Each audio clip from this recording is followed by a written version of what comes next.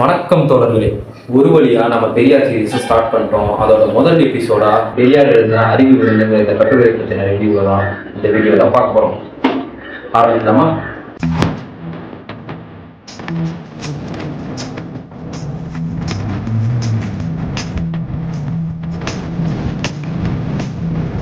எடுத்த உடனே கடவுளும் மனிதனும் அப்படின்ற தலைப்பு கீழே உலகத்துல மக்களுக்கு இருக்கிற அறியாமையிலேயே ரொம்ப பெரிய அறியாம கடவுள் நம்பிக்கையை பத்தின கருத்துக்கள் தான் அப்படின்னு சொல்லி ஆரம்பிக்கிறாரு.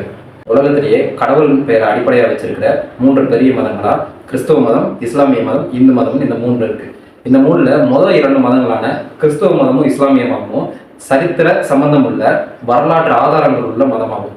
இதே இந்த 3வது மதமான இந்து மதம் என்னன்னா காலப்போக்கில் பல கற்பனை கருத்துக்களை உள்ளடக்கி மக்களை ஏமாற்றி சில கதம்ப கருத்துக்களை உள்ளடக்கிய மதம் தான் ஹிந்து மதம்னு சொல்றாரு.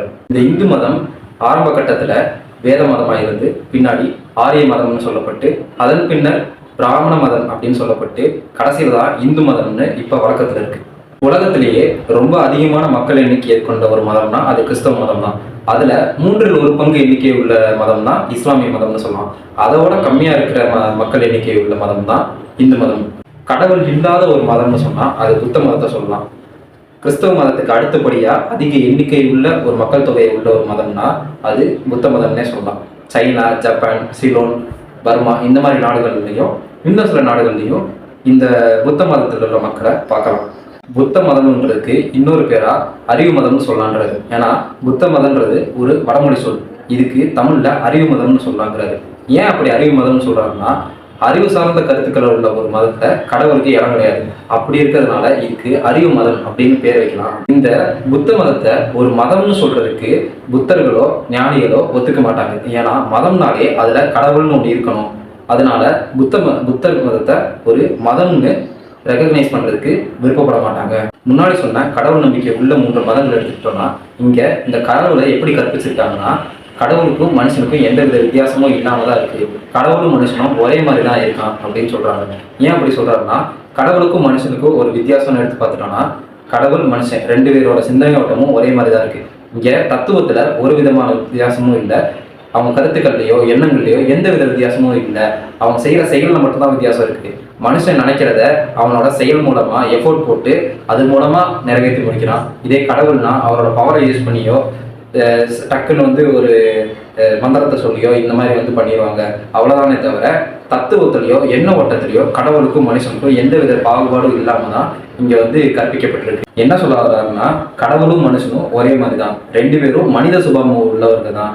ஒன்றுக்கொன்று உயர்வு கூற வேண்டும் என்றால் செய்கையில் சக்தி அதிகம் என்பதை தவிர எண்ணத்தில் உயர்வான எண்ணம் என்பதற்கு ஒன்றுமே இல்லை. அல்லது தன்மையில் உயர்வான தன்மை என்பதற்கோ ஒன்றாக இருப்பதாக எதுவும் இல்லை. எதையும் நாம் காண அனுபவிக்கத்தக்கதாக கற்பனை இல்லை. இதுக்கு உதாரணமா என்ன சொல்றாருன்னா கடவுள் நன்மை செய்தவனுக்கு நன்மை செய்கிறார், தீமை செய்தவனுக்கு தீமை செய்கிறார். மனிதனும் அதே போல் நடக்கிறான். கடவுள் எவ்வளவு தவறு செய்து மனிதனையும் தன்னை பிரார்த்தித்து தோதரித்து மன்னிப்பு கேட்டுக்கொண்டவனை மன்னிக்கிறான். மனிதனும் அது போலவே தன்னிடம் மன்னிப்பு கேட்டவனிடம் மன்னிக்கிறான். கடவுளும் சிலரை மன்னிக்காமல் தண்டிக்கிறார். மனிதனும் அது போலவே சிலரை மன்னிக்காமல் தண்டிக்கிறான். கடவுளும் பழிவாங்குகிறார், மனிதனும் பழிவாங்குகிறார். இப்படியே மனிதனிடத்தில் உள்ள எல்லா குணங்களும் கடவுளிடத்திலும் உண்டு. கடவுளிடத்தில் உள்ள எல்லா காரியமும் மனிதனிடத்திலும் உண்டு. மனிதனுக்கும் கிரிமினல் ஆக்ட் உண்டு, கடவுளுக்கும் கிரிமினல் ஆக்ட் உண்டு. மனிதனுக்கும் பிற மனிதனை தண்டிக்க ஜெயில் உண்டு, கடவுளுக்கு தண்டிக்க நரகம் உண்டு. மனிதனும் தண்டனை கொடுக்கிறான், கடவுளும் தண்டனை கொடுக்கிறான்.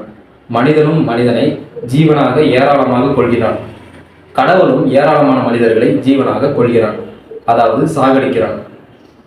மனிதனும் மக்கள் பட்டினி கிடப்பதை பார்த்து கொண்டிருக்கிறான், கடவுளும் ஏராளமான மக்கள் ஜீவன்கள் பட்டினியில் கிடப்பதை பார்த்து வேடிக்கை பார்த்து கொண்டிருக்கிறான்.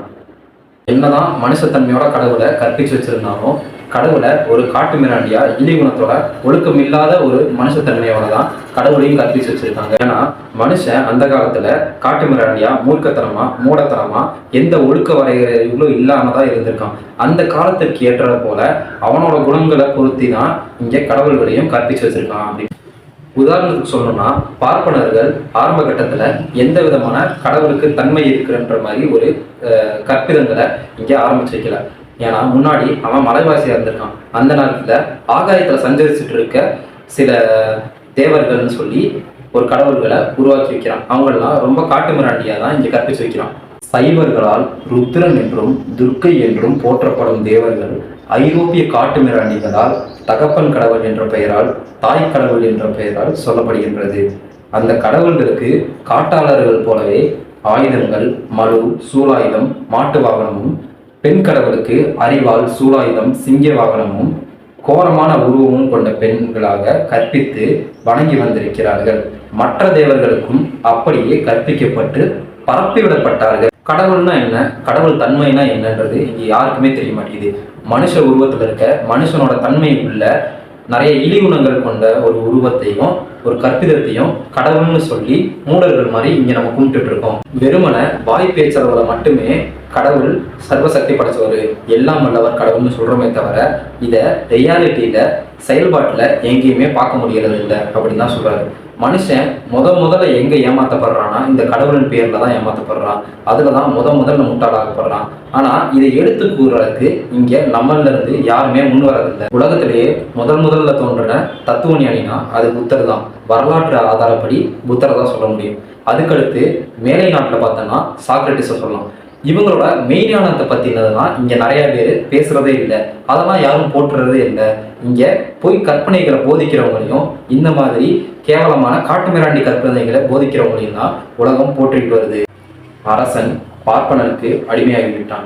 பார்ப்பனன் தன் இன சுயநலத்திற்கு அடிமையாகிவிட்டான்.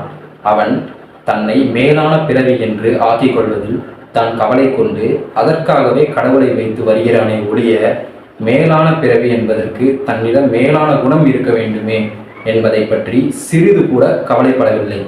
அதே போலவே கடவுளை கற்பித்தவர்களும் உலகில் உள்ள எல்லா வஸ்துகளும் கடவுள் பெரியவர் என்று சொல்லி கற்பித்தார்களே ஒழிய மனித தன்மைக்கு மேல் கடவுளிடம் என்ன பெருந்தன்மை இருக்கின்றது என்று எதையும் எவரும் நிரூபித்து காட்டவும் மெய்ப்பித்து காட்டவோ இல்லை.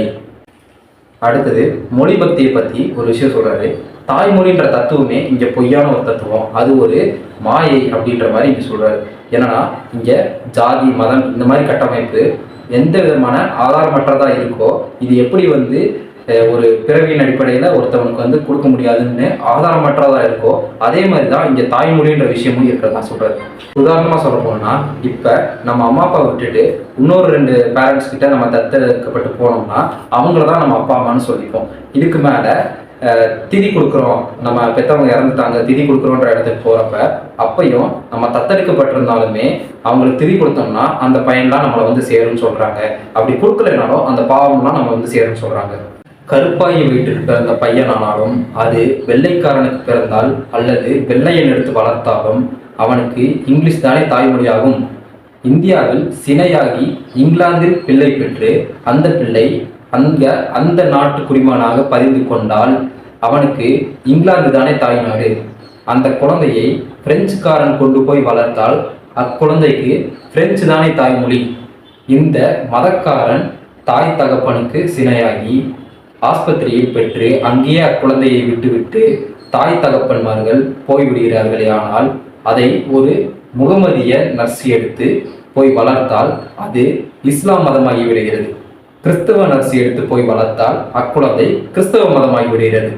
இந்த மாதிரி ஜாதி உணர்ச்சி, மத உணர்ச்சி, மொழி உணர்ச்சி எல்லாமே சூழ்நிலைக்கு ஏற்ற மாதிரி தான் அமையுது. இதை வச்சுக்கிட்டு ஒருத்தன் நான் உயிரை விடுவேன், நான் ஜெயிலுக்கு போவேன், நான் கருப்பு கொடி குடிப்பேன் அப்படின்னு சொல்லிட்டு இருந்தாங்கன்னா அது எப்படி அந்த ஜாதிக்காகவும் மொழிக்காகவும் மதத்துக்காகவும் இருக்க முடியும்? இது வெறுமனை பிழைக்கிறதுக்காகவும் விளம்பரத்துக்காகவும் அந்த சமயத்தில் வேற பிழைக்கிறதுக்கு வழி இல்லாதனாலதான் இருக்க முடியுன்றது தான் தாழ்மையான கருத்து. ஏன்னா இந்த ஜாதி, மதம், மொழி எல்லாமே இயற்கையானது இல்லை, செயற்கையா அந்த சூழ்நிலைக்கேற்ப ஒருத்தவங்க அடையிற ஒரு விஷயம்.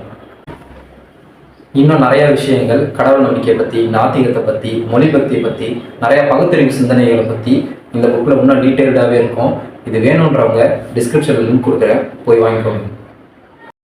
ஒவ்வொரு மனிதனும் தன்னை ஒரு தனி மனிதன் என்றும் தனக்காக தான் செய்ய வேண்டிய காரியம் பல உண்டு என்றும் அவற்றை தினமும் செய்வதாகவும் அவனவன் இஷ்டப்படி செய்யும்படி தூண்டிக்கொண்டும் மற்றவர்கள் செய்வதில் குணதோஷம் கற்பித்து சொல்லிக்கொண்டும் மகிழ்ச்சி துக்கமடைந்து கொண்டும் தான் இருக்கிறானே ஒழிய கடவுளின் சர்வ சக்தியை பற்றியோ சர்வ வியாபகத்தை பற்றியோ சர்வ சமத்துவத்தை பற்றியோ நம்பியிருப்பவன் ஒருவனும் இல்லை என்றுதான் சொல்ல வேண்டும். கடவுள் இல்லை, கடவுள் இல்லை, கடவுள் இல்லவே இல்லை. கடவுளை கற்றுத்தவன் முட்டாள், கடவுளை பரப்புனவன் அயோக்கியன், கடவுளை கும்பிடுறவன் காட்டுகிறான் பேர். ஆத்மா, மோட்சம், நரகம், மறுபிறப்பு, பிரிவிலோகம் ஆகியவர்களை கற்பித்தவன் அயோக்கியன், நம்புகிறவன் மடையன், இவற்றால் பலன் அனுபவிக்கிறவன் மகா அயோக்கியன்.